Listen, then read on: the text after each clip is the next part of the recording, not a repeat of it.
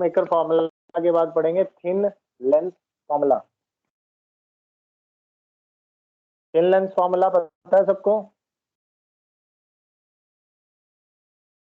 वही जो वो फॉर्मूला जो 10th क्लास में करते हैं, 1/f is equal to 1/v minus 1/u।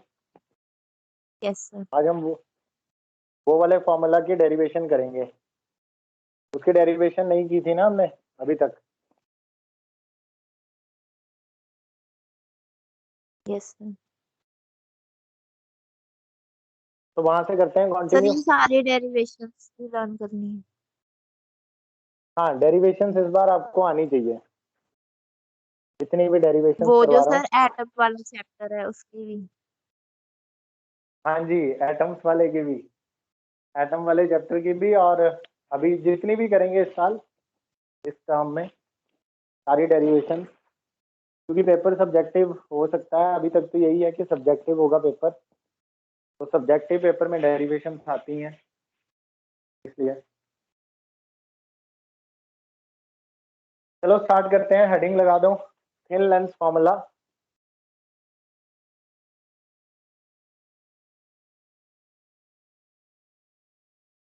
Thin lens formula derivation.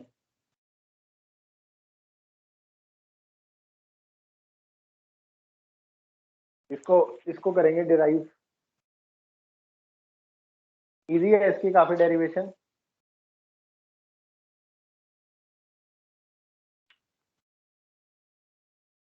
हाँ, इसके लिए हम लोग क्या कंसीडर करते हैं? Consider a convex lens. Consider a convex lens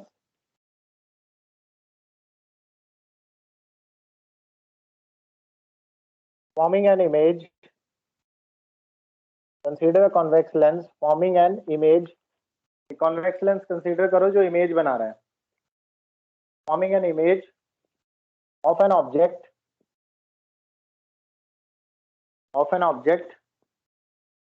kept beyond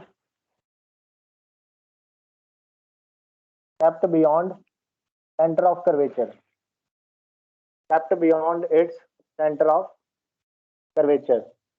ऐसा नहीं है कि हमेशा हमें यही लेना है कि सेंटर ऑफ कर्वेचर के पीछे ही रखना ऑब्जेक्ट को, कहीं भी ले सकते हैं, ऐसी कोई जरूरी नहीं है। बट इस डायग्राम से ऐसा होता है कि थोड़ा क्लैरिटी रहती है, इसलिए ये वाला केस ले रहे हैं। बाकी हमें पता है कॉन्वेक्स लेंस में टोटल 6 केसेस होते हैं जब वो इमेज बना सकता है अलग अलग ऑब्जेक्ट की पोजीशंस के लिए, जो 10th क्लास में आप इमेज फॉर्मेशन वाला करते थे। तो उनमें से एक केस डिस्कस कर रहे हैं जिसमें एक कॉन्वेक्स लेंस लिया हमने। ये इसका प्रिंसिपल एक्सिस है, ये ऑप्टिकल सेंटर है O, यहाँ फर्स्ट फोकस F1, यहाँ सेंटर ऑफ कर्वेचर C1, फिर एक फोकस यहाँ होगा F2 and then centre of curvature C2। Object को इस बार यहाँ पीछे रख रहे हैं, सेंटर ऑफ कर्वेचर से पीछे लिया मैंने। Let's say this is object AB। तो बेटा एक रे तो आपको पता है, एक रे प्रिंसिपल एक्सिस के पैरेलल लेके चलते हैं,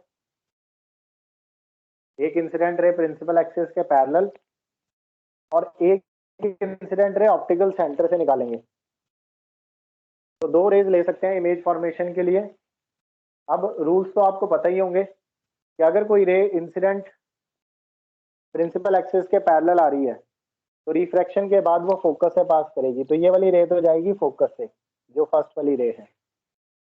और सेकेंड वाली रे जो ऑप्टिकल सेंटर से पास करती है वो विदाउट एनी डेविएशन क्रॉस कर जाएगी, ये डेविएट ही नहीं होगी। ये रूल्स तो पता है ना बच्चों, बिना डेविएशन के क्रॉस कर जाएगी, without any bending, straight away. तो ये क्रॉस करेगी सेंटर ऑफ कर्वेचर से, ऑप्टिकल सेंटर से क्रॉस करेगी विदाउट डेविएशन। ये रे थोड़ी गलत बन रही है, तो फिर से बनाते हैं।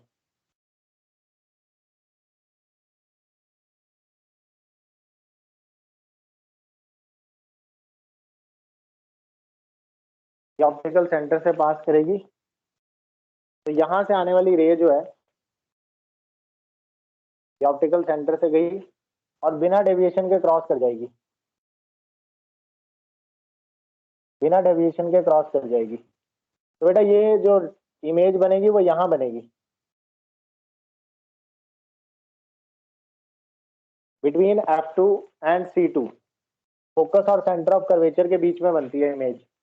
तो this is A dash and this one is B dash. ये रे डायग्राम सबको आता है बनाने? ये रे डायग्राम तो आता है ना सबको बनाने? Yes sir. अब हमने एक पॉइंट कंसीडर किया यहाँ पे, point M। Consider a point M जहां से बेंडिंग हो रही है, जो एग्जैक्टली पॉइंट O के ऊपर है, perpendicularly exactly above the point O। अब हमने यहाँ पे ट्राइंगल कंसीडर करने हैं कुछ। फर्स्ट ऑफ ऑल एक ट्राइंगल ये वाला कंसीडर करेंगे जो ऑब्जेक्ट ऑप्टिकल सेंटर पे बना रहा है, और एक ट्राइंगल जो इमेज ऑप्टिकल सेंटर पे बना रही है। यानी कि मैं ट्राइंगल को शेड कर देता हूँ। ये वाला ट्राइंगल ये ऑब्जेक्ट ने बनाया ऑप्टिकल सेंटर पर, एक इमेज ने जो ट्राइंगल बनाया ऑप्टिकल सेंटर पर, ये वाला। तो ये दो ट्राइंगल लेते हैं। इन दोनों ट्राइंगल्स को लेकर, ये दोनों ट्राइंगल सिमिलर है बच्चों। सिमिलर क्यों है? अब यहाँ देखो, ये वाला जो एंगल यहाँ बन रहा है, let's say this is angle number 1, और एक एंगल यहाँ बन रहा है, let's say this is angle number 2। तो एंगल 1 और angle 2 they are vertically opposite angle, तो दे आर इक्वल। विजिबल है ना वीडियो में? Angle 1 and angle 2, Yes. they are vertically opposite angle and they are equal. And second angle is, ये object यहाँ पे 90 degree बना रहा है, इमेज यहाँ पे 90 डिग्री बना रहा है एंगल। तो इन दोनों ट्राइंगल्स में दो एंगल्स इक्वल है, और हमने तो 10th क्लास में पढ़ा ही है कि अगर किसी ट्राइंगल्स के दो एंगल्स इक्वल हैं तो bye angle rule of similarity ये दोनों ट्राइंगल सिमिलर होंगे। तो बेटा यही ट्राइंगल ले रहे हैं। In triangle ABO and triangle A-B-O and triangle A-B-O. Number 1, angle 1 is equal to angle 2. These are vertically opposite angle. And beta angle BAO is equal to angle B-A-O is equal to angle B-A-O because is equal to 90 degree each. ये इसलिए equal है। तो bye angle rule, triangle ABO is similar का symbol ये होता है। triangle ABO is similar to triangle A-B-O। तो ये दोनों ट्राइंगल सिमिलर हो गए। Triangle ABO is similar to triangle A-B-O। तो बेटा अगर ट्राइंगल सिमिलर हैं तो साइड्स प्रोपोर्शनल होंगी। उसके बाद यहाँ आ जाना, as triangles are similar so therefore corresponding sides, जब ट्राइंगल सिमिलर होते हैं corresponding sides are proportional, उनकी corresponding sides proportional होती हैं। इट मीन्स कि AB और A-B' इसकी जो रेशो आएगी AB divided by A-B', this ratio is equal to AO divided by A-O is equal to AO divided by A-O। यानी जो ट्राइंगल की साइड्स है ना उसकी रेशो मैच करती है इफ ट्राइंगल्स आर सिमिलर। तो we get this equation number 1। Students यहाँ तक कोई डाउट किसी को? No sir. ओके, सिमिलरली अब इन ट्राइंगल का काम हो गया। अब हम लोग कंसीडर करेंगे ट्राइंगल, दो ट्राइंगल और मानेंगे, दो ट्राइंगल और कंसीडर करेंगे। एक तो ये वाला ट्राइंगल जो इमेज बना रही है फोकस के साथ, और एक ये वाला ट्राइंगल जो OM बना रहा है फोकस के साथ। यानी ये दो ट्राइंगल दिखा देता हूं मैं। ये यहाँ ये जो दो लाइनें जा रही हैं, इन दोनों के बीच में जो यहाँ ट्राइंगल बन रहा है, ये ट्राइंगल और ये ट्राइंगल, ये भी सिमिलर है। सेम वैसे ही रूल्स है, क्योंकि ये दो एंगल जो हैं, एक एंगल यहाँ बन रहा है एंगल 3 बोल दो इसको, एक एंगल यहाँ बन रहा है एंगल 4, 3 4 के इक्वल है, और बाकी 90 डिग्री एक एंगल है। तो इसलिए ये दो ट्राइंगल भी सिमिलर हैं। तो आप लिखोगे similarly triangle MOF2 triangle MOF2 is similar to triangle B-A-F2 similar to triangle B-A-F2। Reason क्या है? रीजन ये है कि एंगल 3 एंगल 4 के इक्वल है and angle MOF2 is equal to angle B-A-F2 is equal to angle B-A-F2 because both are 90 degree. तो इस reason की वजह से ये दो ट्रायंगल्स फिर से सिमिलर है। अगर बच्चे ये दो ट्रायंगल सिमिलर है तो इनकी भी रेशियो प्रोपोर्शनल होगी साइड्स की, इसलिए हम लोग लिख सकते हैं OM divided by A-B' OM divided by A-B' is equal to OF2 divided by A-F2 OF2 divided by A-F2। यहां तक कोई डाउट? चेक कर लो। No sir. सुनाओ बेटा, OM की जो वैल्यू है, OM और AB इक्वल है क्योंकि ये रे पैरेलल है, पैरेलल रेज है तो ये डिस्टेंस इक्वल है, तो OM जो है वो AB के इक्वल है, तो OM की जगह AB लिखा जा सकता है। तो अभी हम लोग क्या करेंगे, OM की जगह AB लिख देंगे। तो AB is upon A-B' is equal to OF2 divided by A-F2। Let them equation number 2। यहाँ पे हमने क्या यूज किया कि जो OM है that is equal to AB। OM और AB दोनों इक्वल हैं, OM और AB इक्वल हैं, ये हमने यूज किया। OF2 divided by A-F2। यहाँ तक नोट कर लो, फिर मुझे रब करना है। इक्वेशन 1 बन गई और इक्वेशन 2 हमने दो ट्राइंगल्स लिए हैं सिमिलर किए। पहले ऑब्जेक्ट ने जो ऑब्जेक्ट का ऑप्टिकल सेंटर पर और इमेज का ऑप्टिकल सेंटर पर ट्राइंगल बन रहा है, दे आर सिमिलर। फिर इमेज का फोकस पर और इधर से इस वाली लाइन का फोकस पर, ये दो ट्राइंगल सिमिलर है। इन दोनों ट्राइंगल्स को सिमिलर करके इनके साइड्स की रेशियो इक्वल हो गई। Now we get two equation, दो इक्वेशन हमें मिल गई। नोट कर लो इसे। ओके, नाउ इक्वेशन 1 और इक्वेशन 2 को अगर हम केयरफुली ऑब्जर्व करें तो समझ में आता है कि इक्वेशन 1 और इक्वेशन 2 की लेफ्ट साइड सेम है। इक्वेशन 1 और इक्वेशन 2 की लेफ्ट साइड सेम है।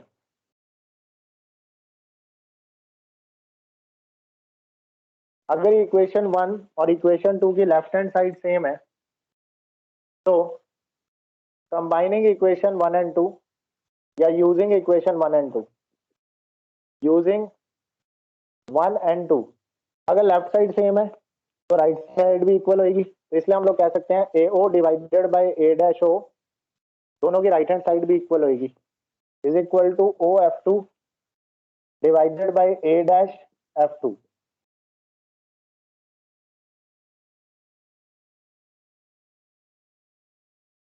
ऐसा था हमारा डायग्राम A-B', यहाँ हमारा फोकस था F2 और यहाँ था centre of curvature C2। Now बेटा अब हम लोग साइन कन्वेंशन लगाएंगे और इनकी वैल्यूज पुट कर देंगे।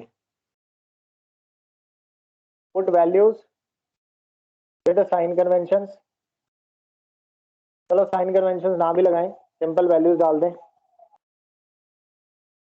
अगर हम AO की बात करें, A से लेके O तक, तो ये तो ऑब्जेक्ट का डिस्टेंस है यहाँ से लेके यहाँ तक, तो this is U which is object distance.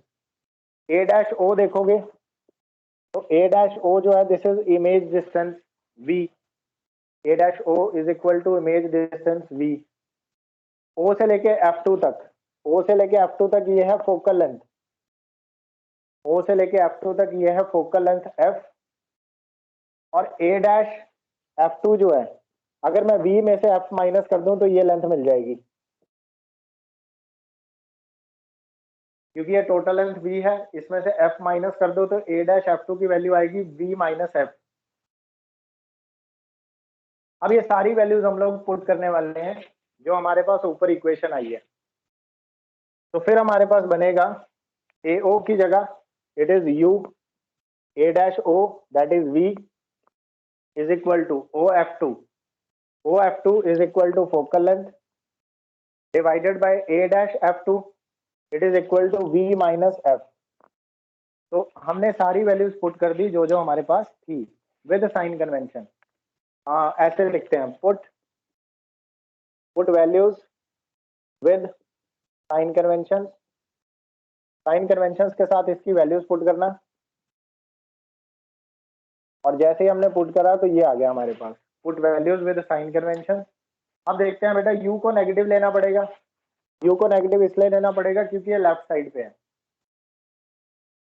Left वाले डिस्टेंसेस को नेगेटिव लेते हैं, राइट वाले डिस्टेंसेस को पॉजिटिव लेते हैं। अब क्योंकि o के लेफ्ट में है u तो ये नेगेटिव आएगा, o के राइट में है v तो ये पॉजिटिव आएगा, तो v को लेंगे पॉजिटिव।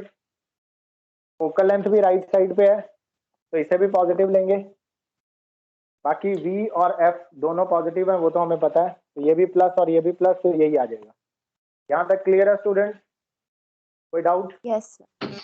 Yes, sir. ओके, तो नाउ आगे बेटा इसको सॉल्व करोगे, फाइनली आपको थिन लेंथ फॉर्मूला मिल जाएगा।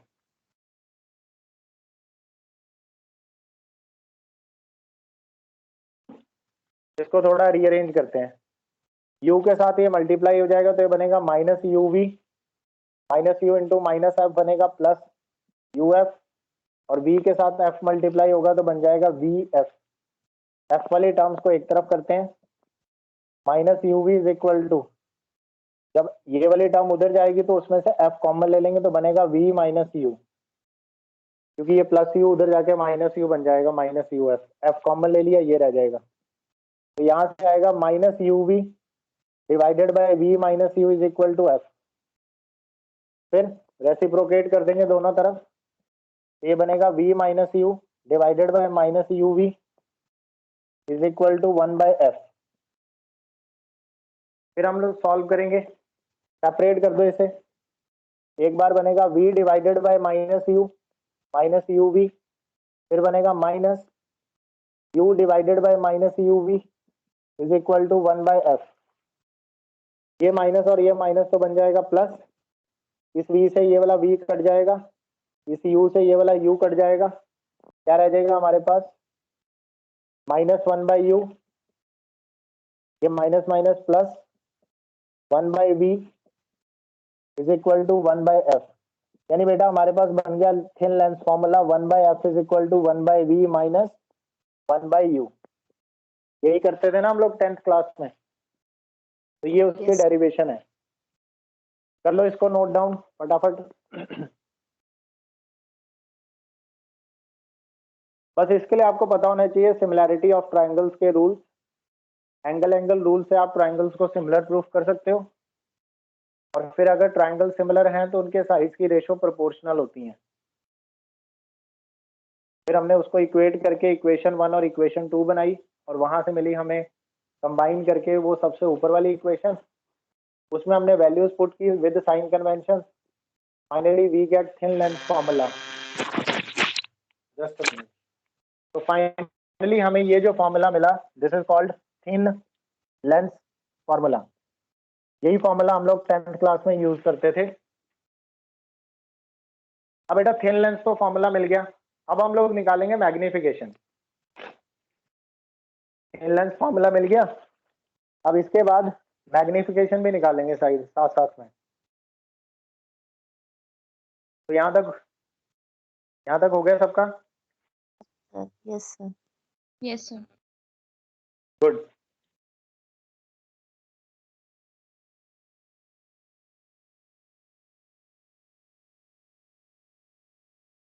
फिगर को अभी बनी रहने देंगे,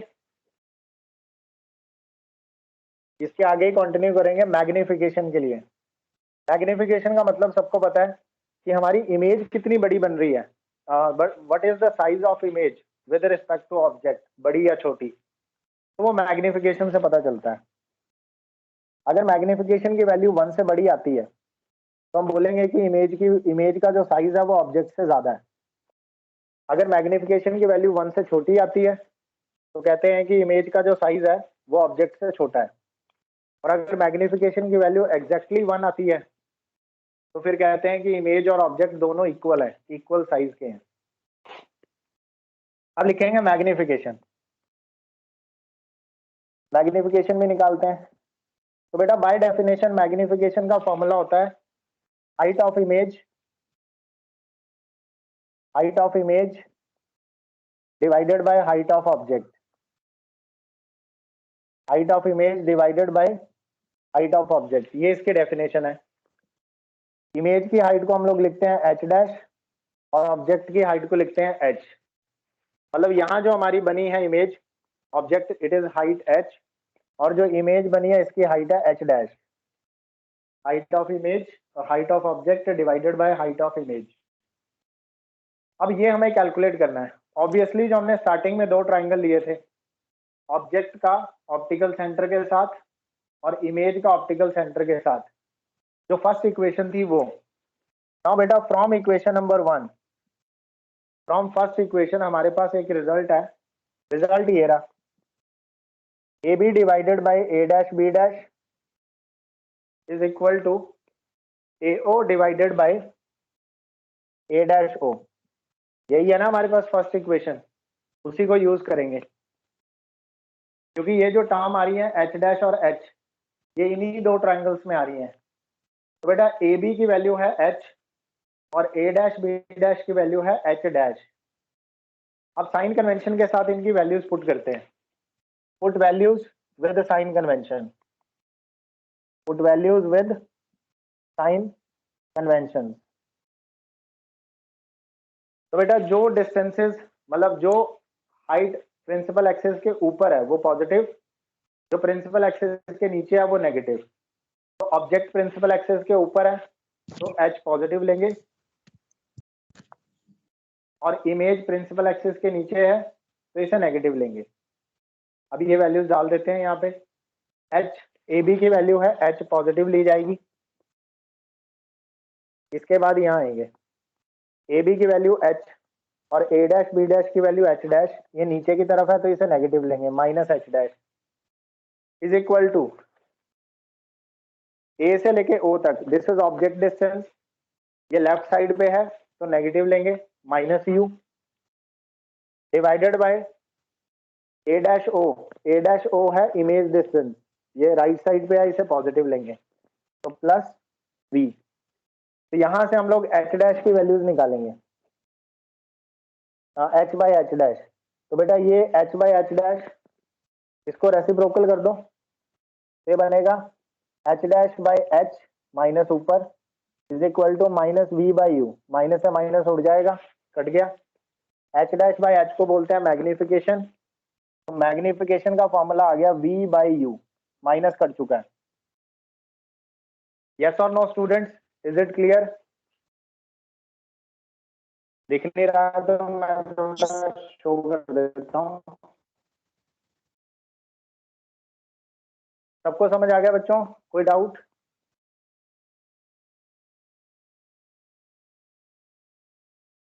नो सर। ओके, तो ये था हमारे पास थिन लेंस फॉर्मूला और मैग्निफिकेशन भी हमने निकाल ली। तो अब आपको याद रखना है 1 by F is equal to 1 by V minus 1 by U, एक फॉर्मूला ये याद रखना है। और लेंस के लिए मैग्निफिकेशन होती है v by you, basic definition तो ये रही, but particularly for lenses it is v by you, that is image distance divided by object distance. रब कर दूं, हो गया सबका? Yes sir. ठीक है। नाउ अब हम लोग जो अगला टॉपिक हम लोग करने वाले हैं that is combination of lens. Lenses के कॉम्बिनेशन करने वाले हैं, कॉम्बिनेशन ऑफ लेंसेज। मतलब एक से ज्यादा लेंसेज अगर हमने कंबाइन कर दिए, कांटेक्ट में ले आए, तो फिर उन दोनों लेंस की जगह जो एक लेंस यूज करेंगे जिसे इक्विवेलेंट लेंस कहते हैं, उसकी फोकल लेंथ क्या होगी वो हमने निकालना है। यानी more than one lenses use करेंगे रिफ्रैक्शन करवाने के लिए। ये 10th क्लास में नहीं पढ़ते आप एक से ज्यादा लेंसेज के कॉम्बिनेशन को, लेकिन इस साल पढ़ना है। तो अब हेडिंग लगा दो, लेंस कॉम्बिनेशन।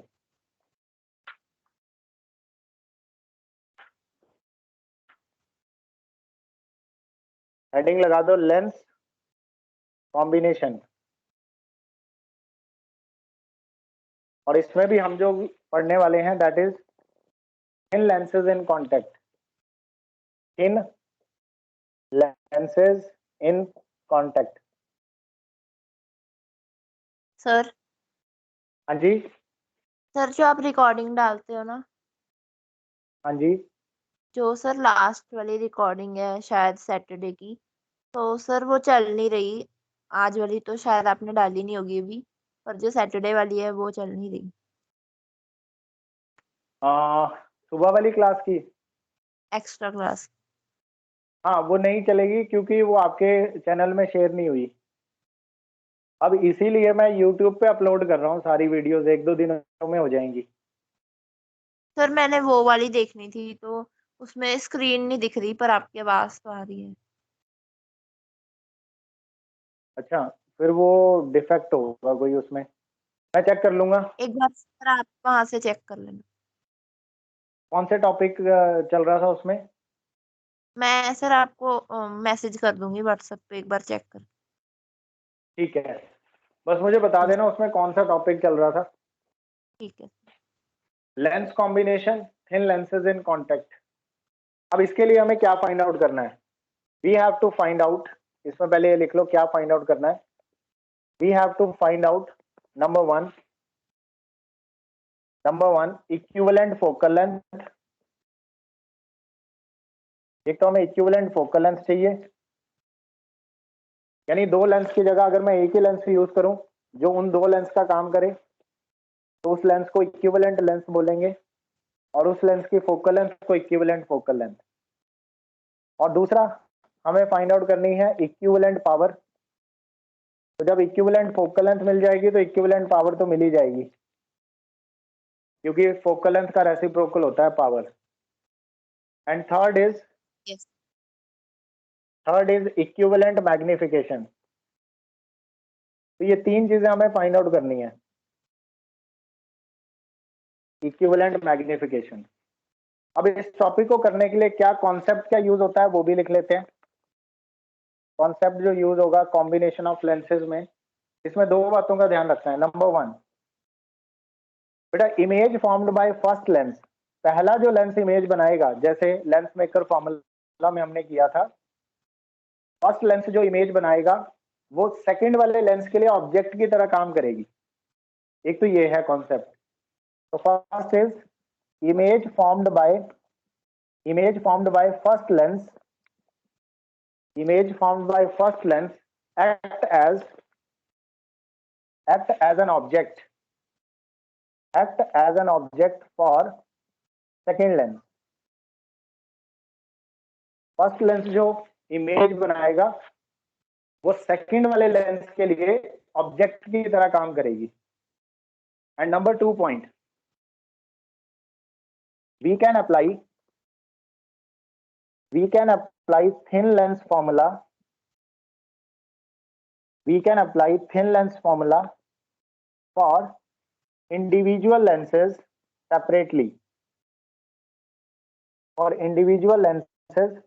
separately, मतलब जितने भी लेंस का कॉम्बिनेशन हम लोग बनाएंगे हर इंडिविजुअल लेंस पर हम लोग independently thin lens formula apply कर सकते हैं। ये कॉन्सेप्ट हम लोग यूज करेंगे अभी, और न्यूमेरिकल्स में भी सेम कॉन्सेप्ट यूज होता है। इसी कॉन्सेप्ट के बेसिस पर न्यूमेरिकल सॉल्व होते हैं। तो पहले ये नोट कर लो करना क्या है और क्या कॉन्सेप्ट है, फिर स्टार्ट करते हैं इस टॉपिक को। डन। ओके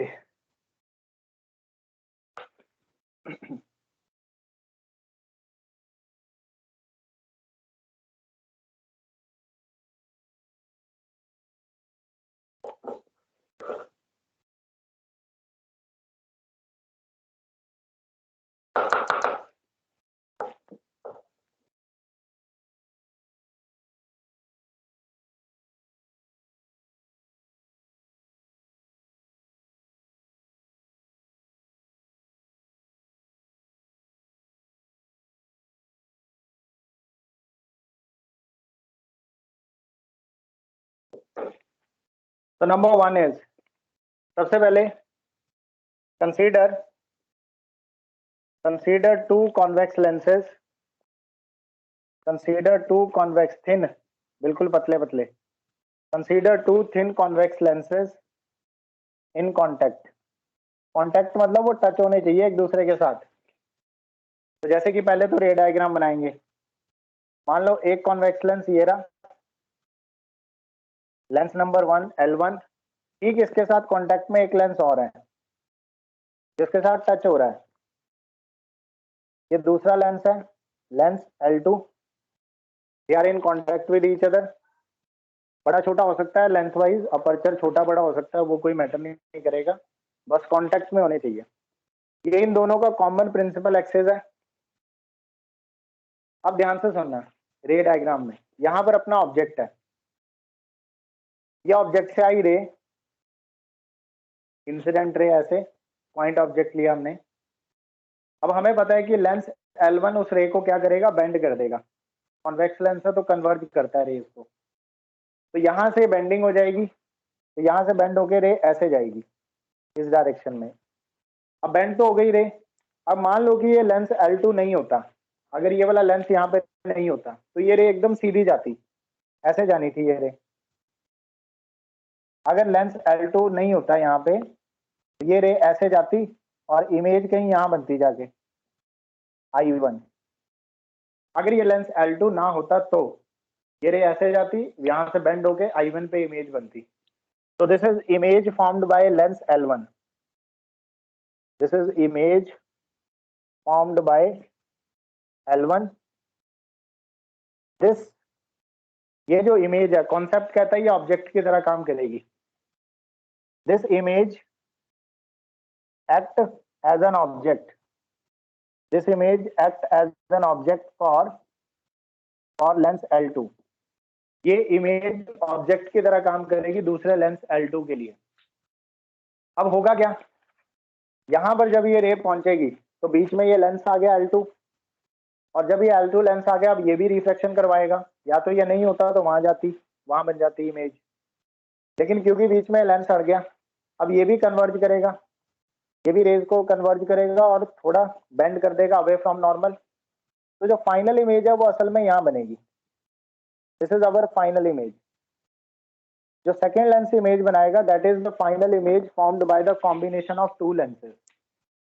अब हमने ये निकालना है कि हमारा ऑब्जेक्ट ये रहा, इमेज ये रही, इन दोनों की जगह मैं कोई एक लेंस यूज करूं जो जिसका जब ऑब्जेक्ट को यहाँ रखे इमेज वो यहाँ बनाए, इन दोनों की जगह एक लेंस यूज किया जाए, उस लेंस को इक्विवेलेंट लेंस बोलेंगे। हमने उसकी फोकल लेंथ निकालनी है, मतलब कॉम्बिनेशन की जगह एक ही लेंस काम करे, इमेजिन कर सकते हैं हम लोग ऐसा। रे डायग्राम क्लियर है यहाँ तक सभी को? पहले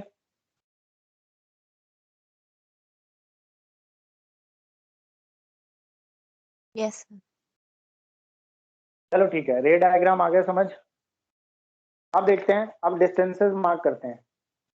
फर्स्ट वाले लेंस के लिए ऑब्जेक्ट डिस्टेंस है ये, फर्स्ट वाले लेंस के लिए तो ऑब्जेक्ट ये रहा, तो इसको बोलेंगे U1, object distance for the first lens.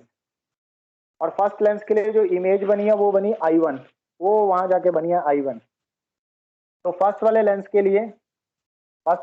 के लिए इमेज का डिस्टेंस यहां से लेके यहां तक हो गया, and this is V1 image formed by first lens, that is V1। ये हो गया image distance and this is object distance पहले वाले लेंस के लिए। दूसरे वाले लेंस के लिए ऑब्जेक्ट कौन है? दूसरे वाले लेंस के लिए ऑब्जेक्ट ये इमेज है, I1 ही ऑब्जेक्ट है दूसरे वाले लेंस के लिए, क्योंकि दूसरे वाले लेंस पे जो रे आ रही है वो ऐसा लग रहा है जैसे वो I1 पे जाएगी, तो I1 उसके लिए ऑब्जेक्ट की तरह काम कर रहा है, वर्चुअल ऑब्जेक्ट की तरह काम कर रहा है।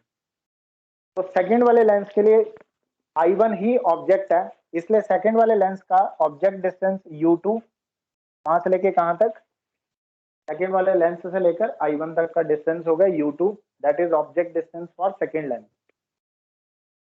और सेकंड वाले लेंस ने इमेज बनाई यहाँ पे I पर, तो ये I पर जो इमेज बनी है, this is image distance for second lens V2। अब यहां पर एक बात मेरी ध्यान से सुनना, जो ये V1 है ये U2 के इक्वल है। ऐसा इसलिए क्योंकि हमारे ये जो लेंसेज हैं L1 और L2 ये बहुत पतले लेंसेज हैं, तो जितना डिस्टेंस L1 से I1 का है उतना ही डिस्टेंस हम L2 का भी I1 तक ले सकते हैं, क्योंकि these lenses are very very thin and for thin lenses we can say that कि L1 से I1 का distance that is V1 is equal to L2 से I1 का distance that is U2 because lenses are thin. तो हम लोग लिख सकते हैं for thin lenses we can say that U2 is equal to V1। यहां तक बताओ समझ आ गया सभी को?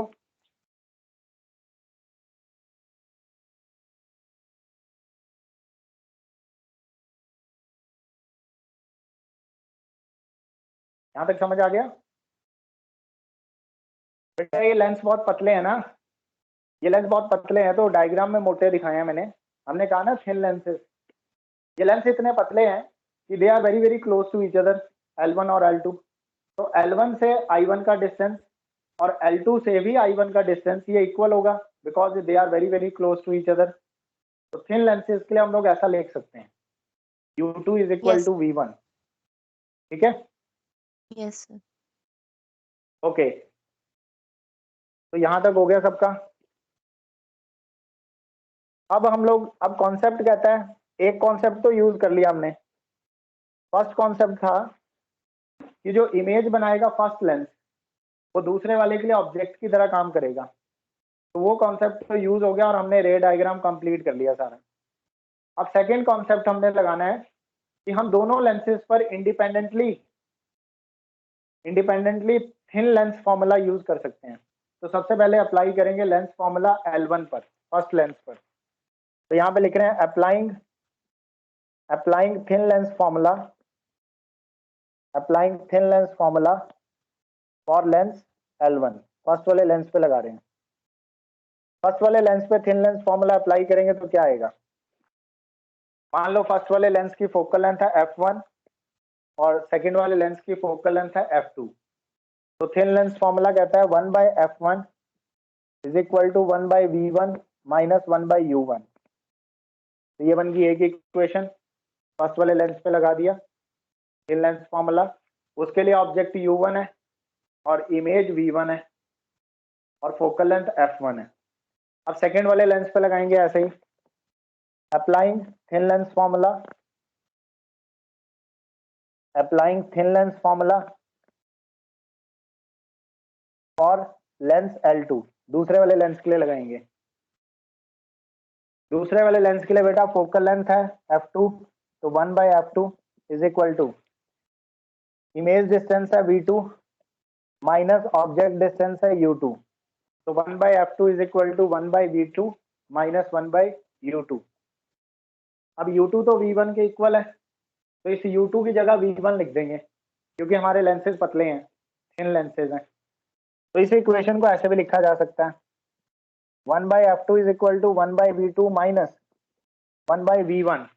u2 को v1 लिखा जा सकता है, यहाँ पे आप रीजन भी लिख लो because u2 is equal to v1 and this is our second equation. यहाँ तक समझ आया बच्चों?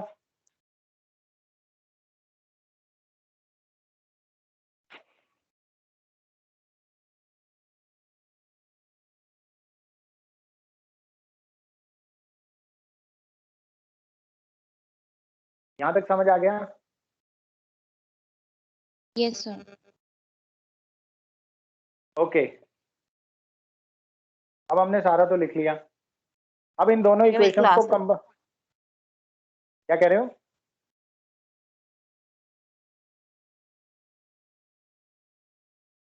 नाउ इन दोनों इक्वेशंस को ऐड करते हैं, इक्वेशन 1 और इक्वेशन 2 को। एडिंग इक्वेशन 1 एंड इक्वेशन 2।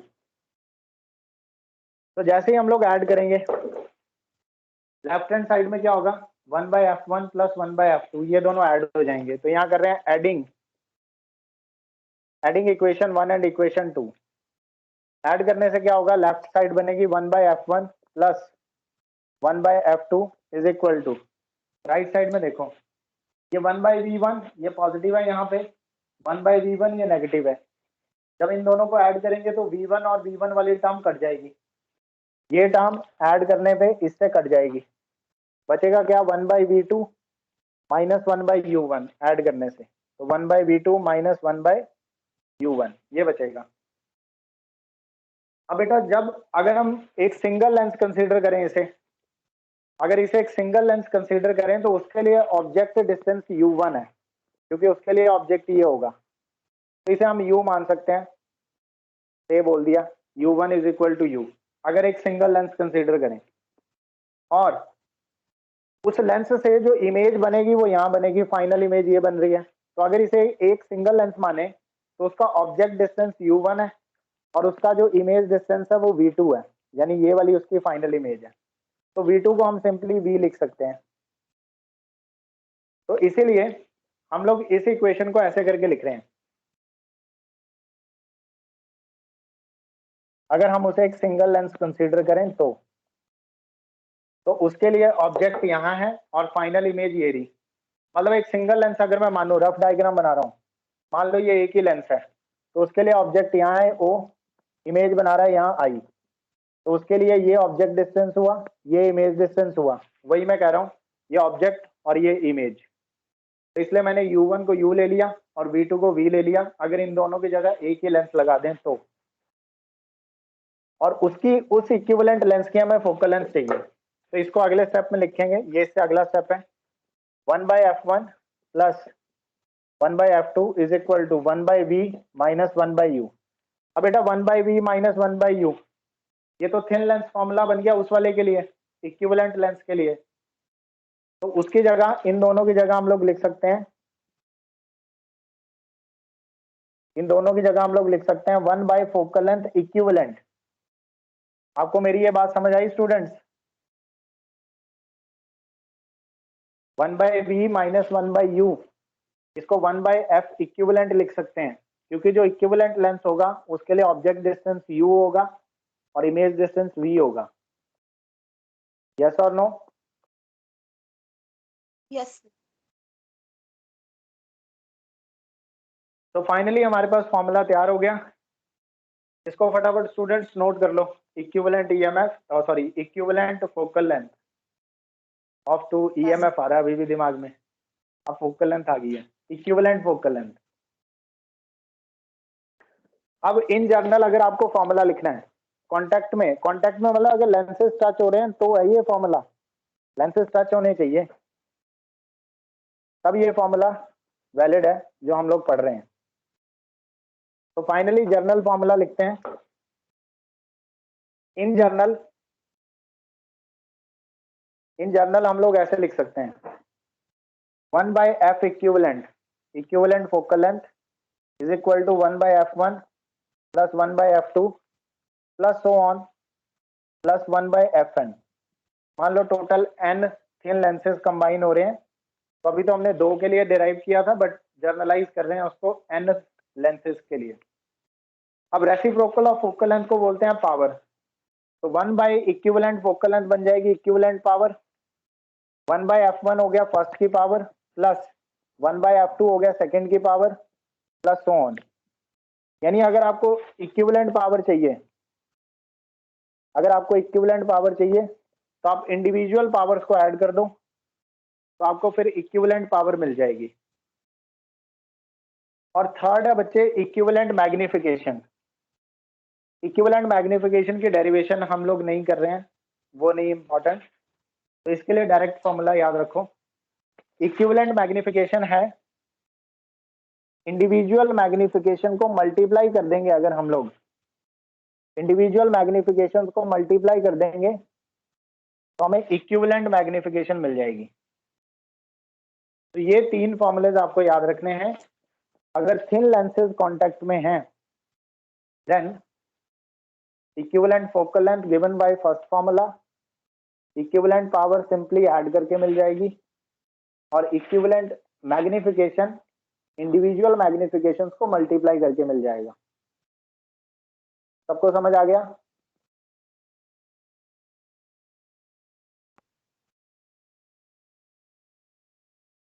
यस स्टूडेंट्स, सबको समझ आ गया ये?